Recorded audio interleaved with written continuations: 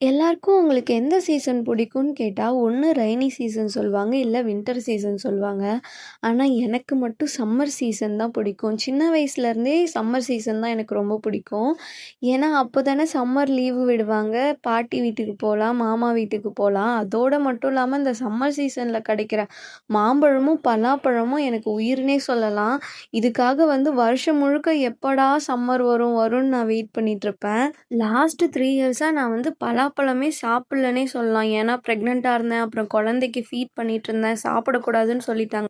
அதனால இந்த வருஷம் எவ்ளோ பலாப்பழம் சாப்பிட முடியுமோ, அவ்ளோ அளவுக்கு சாப்பிட்டுறணும்னு ஒரு முடிவு பண்ணியிருக்கேன் நானு. இப்போ எனக்கு கம்பெனி குடுக்க என் பையனும் கூட இருக்கான். ஏன்னா அவனுக்கும் பலாப்பழம்னா ரொம்பவே பிடிக்குது. காலையில எழுந்ததுமே இத பார்த்த உடனே பலாப்பழான்னு சொல்லிட்டு இருந்தான் அவன்.